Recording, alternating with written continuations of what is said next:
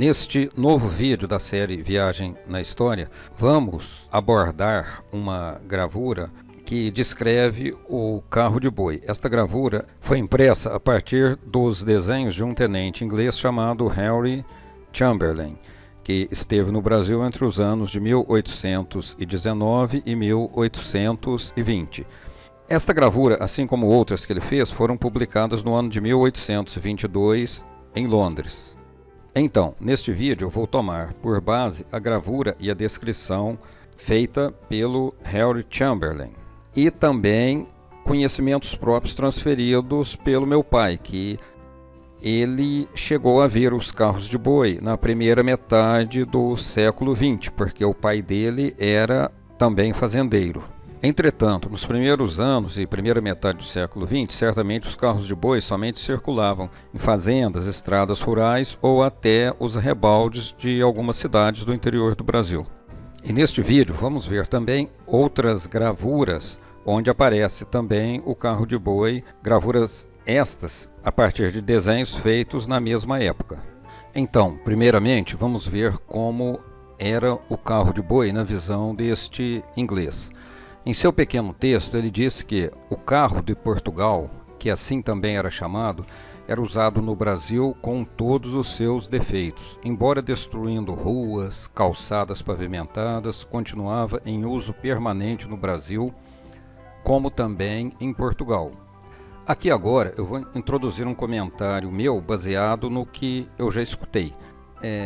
Que o carro de boi era um veículo muito primitivo. Obviamente, só de olhar para a imagem, o projeto dele, realmente era algo bastante primitivo. Mas era usado exatamente onde estradas eram muito ruins e sem pavimentação, pois a força dos bois vencia essas estradas com suas cargas. Embora fosse um desperdício enorme de energia, em função do peso do carro, todo em madeira e pranchões, inclusive com aquelas rodas em madeira maciça, era a solução para a época. Eixos metálicos, peças metálicas eram muito caras para um transporte rústico como este, né? Existia uma certa escassez em função do preço. Só para se ter uma ideia do atraso tecnológico, até a metade do século XX, antes da construção da Siderúrgica Nacional, até machado e enxadas eram importados. Então, naquela época, o Rio de Janeiro não tinha vias pavimentadas, mas certamente tinha calçadas ou passeios em muitas ruas. Eu penso que o Henry Chamberlain se referisse ao estrago por afundamento das ruas não pavimentadas. Então, vamos continuar a descrição feita por este artista militar. Ele diz: o barulho produzido pela fricção do carro carregado sobre o eixo de madeira, que é firmemente preso às rodas, girando junto com elas, é ensurdecedor. Os condutores do carro de boi acreditam que, sem o barulho, os bois não puxam o carro, portanto, não existe chance de parar com esse barulho. Bom, isso aí é uma crendice, provavelmente, ou seja, com toda certeza. Aqui introduzindo novamente um comentário meu, em função do que meu pai me falou.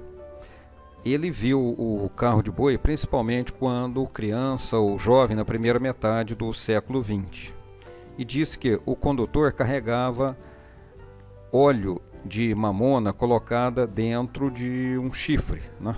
Era como se fosse um recipiente, ele é pontudo, né, virado de cabeça para baixo, e de tempos em tempos pingava o óleo no eixo para que rodasse melhor e evitasse o desgaste. Então, voltando para a narrativa do artista, o artista também diz que todos os carregamentos pesados eram levados nesse tipo de veículo, naquela época na cidade do Rio de Janeiro, e que aquele barulho irritante era, portanto, contínuo. Ele também diz que os carros de boi eram normalmente puxados por 4 bois, mas que esse número poderia ser aumentado quando necessário, isto é, depende da carga, né? Era conduzido por 2 homens, sendo que um deles seguia à frente dos bois. E agora a seguir, vejamos uma outra imagem onde aparece o carro de boi puxado por 2 bois carregando pessoas. Isso aí provavelmente era uma solução, como é que se diz, um quebra-galho, né? O carro de boi foi adaptado ali com uma cobertura levando mulheres. Provavelmente no interior do Brasil, o Rugendas viajou bastante pelo Brasil, onde não existiam carruagens e outras carroças mais adequadas para o transporte humano sentado.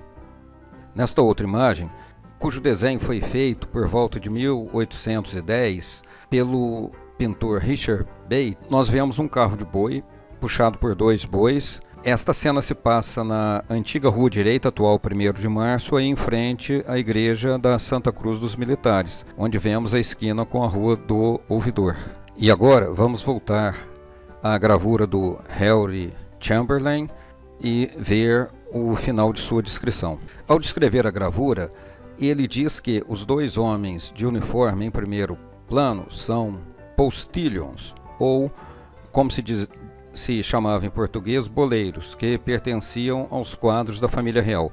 Os boleiros eram condutores de uma espécie de pequena carruagem para 1 ou 2 pessoas, que eram puxados por cavalo. Entretanto, quem conduzia esta carruagem seguia montado em outro cavalo não ligado à carruagem. A título de ilustração, vejamos uma outra aquarela e desenho de época do pintor e desenhista Rugendas, onde vemos um segé, ou esse tipo de carruagem que eu acabei de falar agora, chegando às margens da Lagoa Rodrigo de Freitas, na mesma época. Então, observe que o boleiro ou cavaleiro de jaqueta vermelha é aquele que segue ao lado lá comandando a charrete. Ele está em um cavalo independente ao lado, né?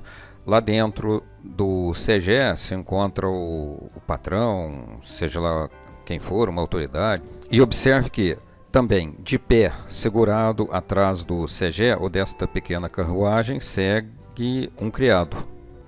Existe outro vídeo neste canal que fala sobre o segé e outros tipos de transporte de época, mas agora vamos voltar a esta imagem principal, da qual estávamos analisando. Na descrição deste desenho e gravura, Harry Chamberlain diz que esta casa que vemos aí ao fundo foi casa do Marquês do Lavradio, um dos últimos vice-reis do Brasil. Ele descreve esta casa como próxima à Lapa. Pode ser que seja uma casa que ainda existe lá, porém com uma aparência diferente, reformada, neoclassicizada, ou então talvez ele teve 2 casas ali no mesmo local, ali na Rua do Lavradio. Se você gostou desse vídeo, marque um like, inscreva-se no canal e clique no sininho para que você receba atualizações.